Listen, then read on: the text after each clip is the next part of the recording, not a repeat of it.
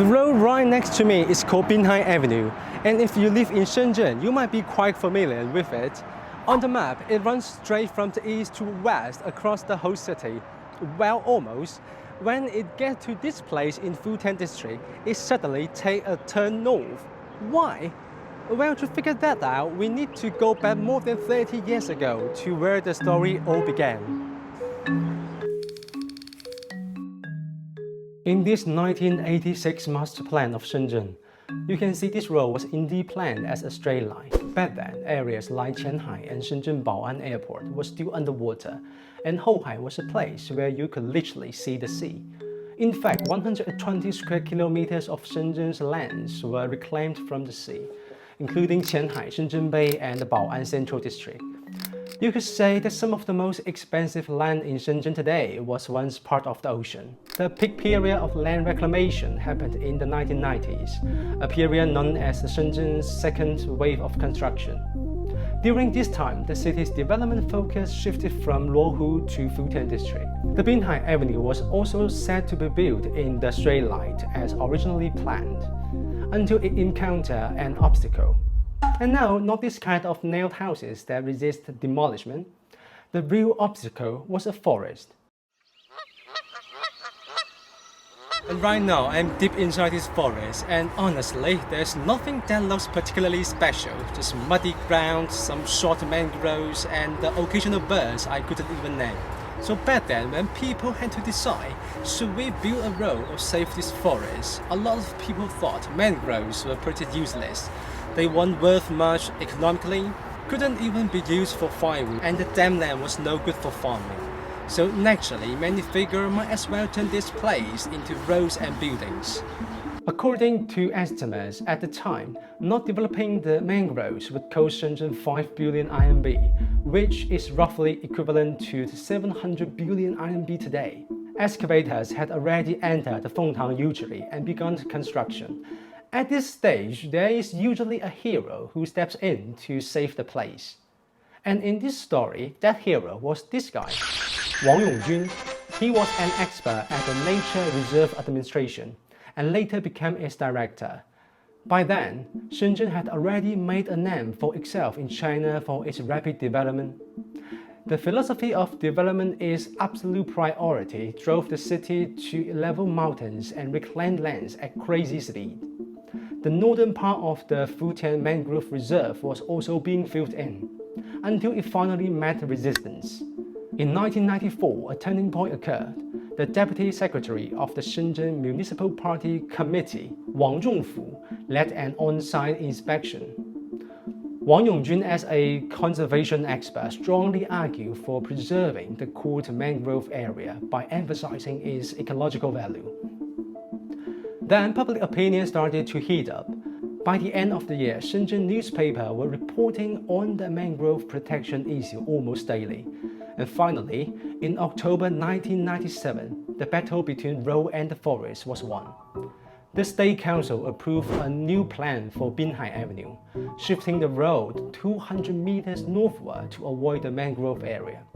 This decision preserved the cooled habitat, which has a rather wrong official name, the Guangdong Neilingding Futian National Nature Reserve. So was it worth costing 5 billion RMB and rerouting the road to just save this forest? At this point, you might think I'm going to talk about ecological value. 野生动物的生存境遇与我们人类活动紧密关联。有时，我们一次小小的让步，就足以对它们的生活产生巨大影响。Yeah, all of that is true, but you have probably heard it before. Plus, let's be real, not everyone is interested in how migratory birds are doing on their East Asia-Australasia flightway. Those ecological concepts like biodiversity and carbon fixation can feel pretty boring and distant from our daily life. So I want to take a different angle to talk about the value of this high-stakes urban gamble.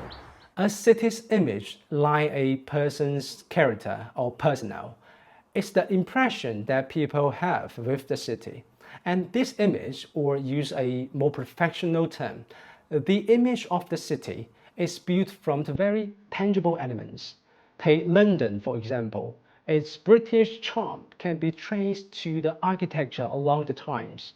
those colorful townhouses in Notting Hill, the red brick mansion of Mayfair, those iconic red double-decker buses and black cabs, and even the chimes of Big Bang making the passage of time like the city's heartbeat. These elements shape our perception of London even before we set foot there. In other terms, this is soft power, and it brings real economic benefits, like attracting tourists. Now, what does Shenzhen have? We all know it can't rely on historical heritage. What about culture? Shenzhen is known for its money-making culture, which appeals to workers like me, but doesn't attract tourists.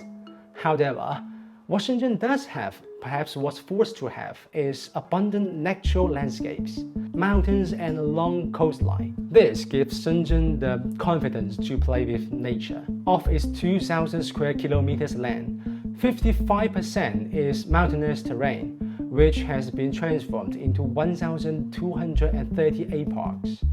During last year's National Day holiday, these parks attract 5 billion visitors. For comparison, the Forbidden City in Beijing had about 500,000 visitors during the same period. I have covered Shenzhen's mountain landscape planning in another video.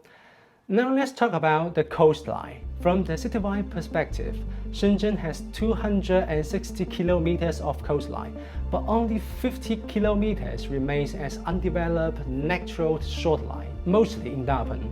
Within the urban core, the most prominent coastal ecosystem is the mangrove wetlands along the Shenzhen and Hong Kong boundary.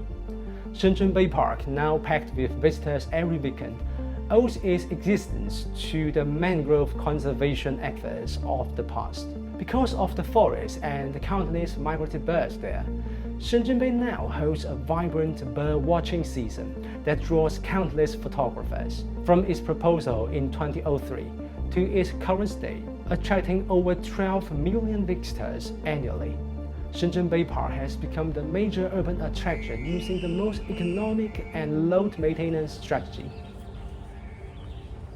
Compared to Shenzhen's heavy investments in artificial attractions like the Window of the World, the Splendid China, and OCT East, which require frequent updates to maintain visitors' interest, the natural side like Shenzhen Bay Park succeed by doing less. It's a bit like the concept of negative space in art. Leaving parts of the canvas blank invites more imagination and possibility. I often compare those useless green spaces to punctuation marks or paragraph breaks in an article. If every piece of land in a city is packed with development, it's like reading a passage with no spaces and punctuations. It's very exhausting and overwhelming. Parks and green spaces introduce rhythm into the city, allowing us to pause, breathe, and reflect. And just like in writing, these pauses are what give the city its depth and character. Well, if you want to know more stories about China, please hit the subscription button and follow my updates. I am an urban designer from China, and I would use my perspective to show you the true story about my country. See you next week.